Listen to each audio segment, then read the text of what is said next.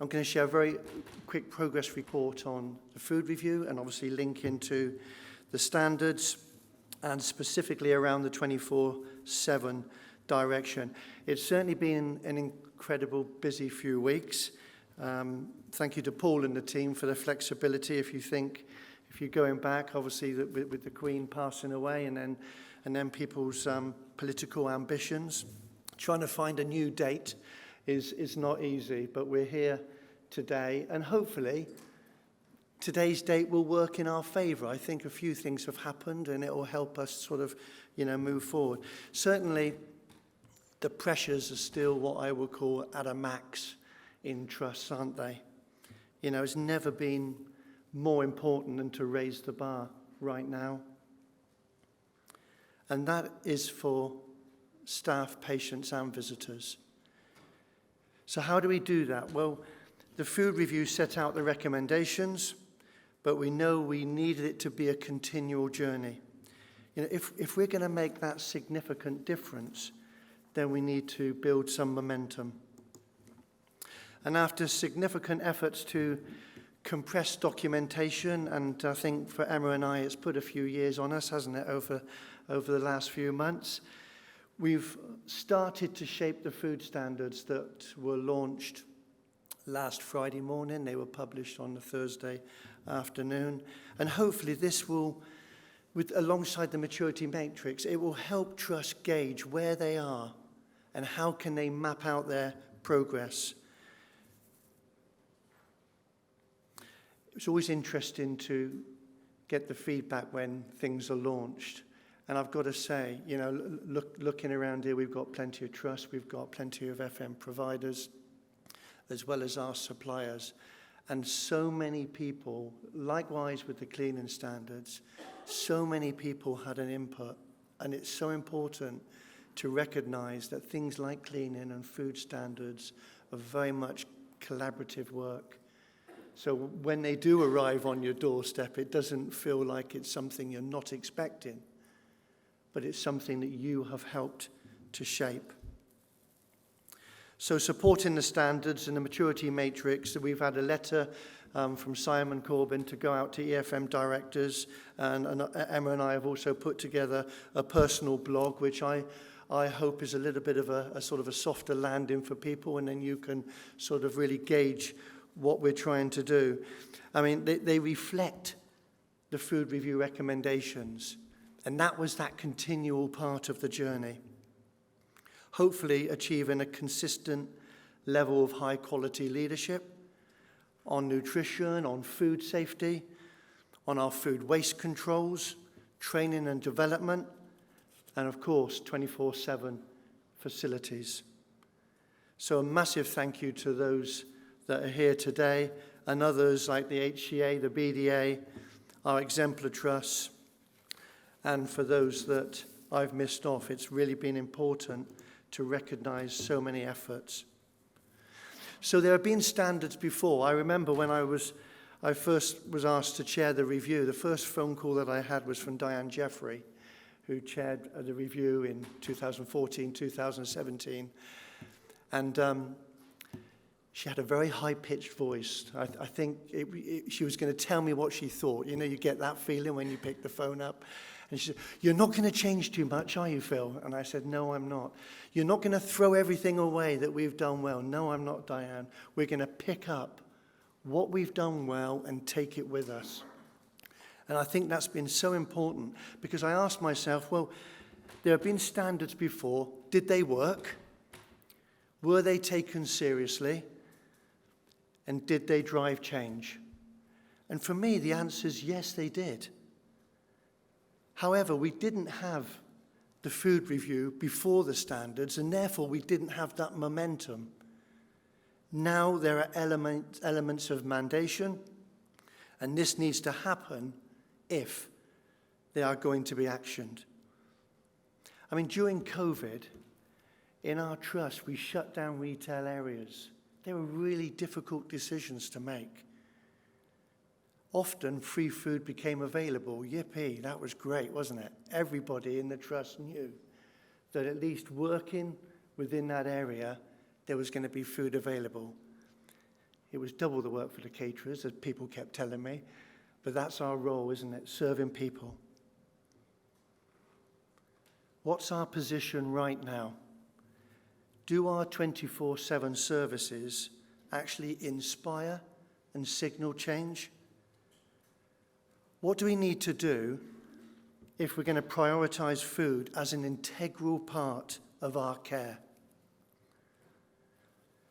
We're saying to trust, within in-house, we're saying, look at the next 6 months. Reshape your services. Reshape your teams and what they have to provide. Revisit your current contracts on the retail solutions and your vending facilities. We need to reflect the high street and bring our offerings up to date. So who's getting it right? Well, we've got around 220 trusts. Around 20 trusts already have 24/7 restaurants. Over 40 trusts have alternative 24/7 facilities. Another 12 are implementing change, and 6 are already addressing their plans. Now, these are the numbers that are being sent through to Neely Mozawala.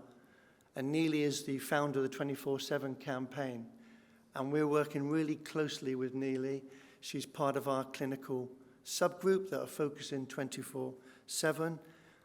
But I really believe that we're further down the road than that. And the communication that I receive is telling us that trusts are starting to provide a picture of flexible services. They're starting to adapt their menus and their opening times. They've got Deliveroo-style arrangements and schemes to support those staff that are struggling financially to support their families. I think we do that really well. You know, we often look at ourselves, don't we, and think, what would I need coming into work? What sort of service would I expect? And Kay and I were talking before today's session, and sometimes we're surprised, aren't we, which members of our staff are actually struggling at home financially or personally. But it's our job to recognize those struggles and to be able to do something about it. That's within our gift. So we should take it. So if you're not happy with your current situation and you're seeking change, then let Emma and I know. We will support. I mean, today, good in a way, shame in a way, but today in the south of England, Tim Ratcliffe and our team is leading a 24/7 showcase. So we have a range of trusts attending with equipment suppliers, with food suppliers, so they can start to look at options and decide what's best for them. Because we know one size doesn't fit all. You know, whether you're in a large, medium or small acute, or if you're in a community health setting or in mental health, you have to shape a service that is right for you. We will be having those showcases throughout the country. So we're piloting it today. We hope to have another one very early in the new year, and then we will roll them out throughout the country. So please watch this space. So next steps. Well, there's been a lot of focuses on night services, or should I say the lack of them. What we must also get right is the choice and availability of great food during the day. I totally understand the focus on night because it's probably very poor, but that must not deflect on what we have in the day. We've got to get that right as well. You know, we're currently linking with Dr. Rupiah Jula right now. He's presenting some great food through the doctor's kitchen. And this is in conjunction with Medirest, and it should be applauded. But we should be learning from that and taking it with us and thinking, what can we do that he's doing that is right? When you see the faces of those staff walking into that restaurant or that canteen and thinking, wow, fresh food, something is different here. We can do that. Our solutions, our vending, well, in some of our smaller hospitals and community settings, catering vending solutions will be the answer. We can't expect the chef there to cook one meal a day over an 8-hour period. It's not going to work. So you have to think of a solution that is fit for purpose. I've seen great appliances and options around the country. And we've got a team from Musgrove here, and I know there's a hotbox solution that's there. We've got East Lancashire, the Northern Care Alliance, Milton Keynes, and that's just to name a few. Talk to them. Understand, how do they make the changes, and is there any shared learning? The thing is, sometimes you find a solution, but that's just not the end of it, is it? It's kind of thinking, what's next? How can we improve this current solution? Don't try and fight that battle on your own. People have already fought that battle. Learn from what they've done so you can take it forward. And what about delivery services? Well, how can this happen? Who will do it? Who places the order? Who's going to pay for it? Those questions can be answered. Speak to the trusts that are already making this happen. We often say in healthcare, in our hospital settings, we have a captive audience. We want to increase our income, so it's important that we think and shape a plan as a business. It's really been quite difficult to incorporate that business mindset within a hospital setting. And sometimes the great work in relation that we've had through the cleaning and through the food standards is that the work between the trusts and our FM providers has helped us learn a little bit more around business setting and KPIing. Don't be ashamed to ask people, how did you get that right? Can you come back to our trust and show me how to do it? So what about implementation? Well, procurement skills are important. Get advice on the current position, and if you're thinking of changes, get them to guide you. But remember, you are the caterer. You are the facilities lead. You should be leading that change using their skill. Communication is key. Don't decide yourself what should be served. Ask the people that are going to purchase the products. It's important that they are the drivers of the change. If they're the first ones to moan to you about what's being served, you can turn around and say, well, we did a survey and you told me this is what you wanted. Work with them so you're shaping it together.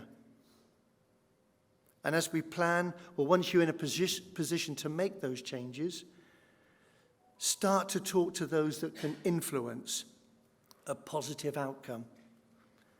Your staff and health and well-being leads, your clinical and your non-clinical leads, communication teams, run those surveys as regular as you can, but particularly before and after the change. Get the flyers out. They used to moan at me every time I did it, but give it to the post room and get it out there. Give it to the transport teams if you're working in community, so they know what else is going on within the region. And what are we serving? Well, above all, think quality. We have a quality of care here. We should also have a quality of food and drink. Our staff are the best, and they deserve the best.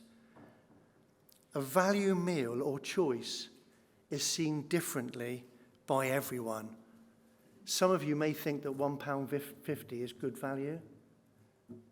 Some people think that £3.50 is good value, and we have to consider that.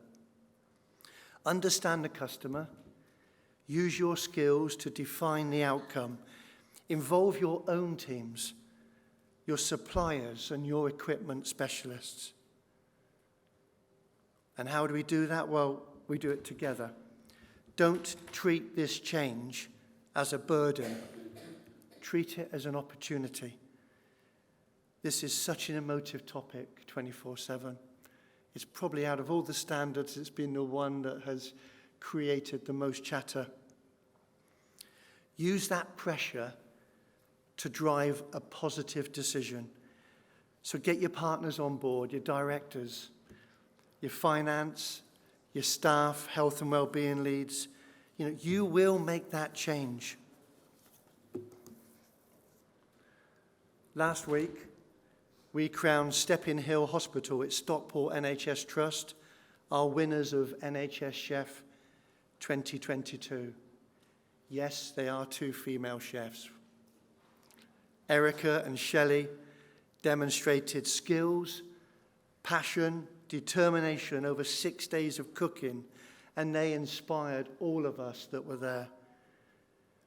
Les and Josh from Wye Valley were second, and they also won the Plant-Based Award. Jim and Joe from Solent were third. And Joe has been a chef for just a matter of weeks, but showed that listening to a mentor and supporting his senior chef brought great results. We have challenges before us, but you'll always rise to the occasion. Our NHS teams and our individuals are incredibly talented. Give them the chance to shine. Thank you.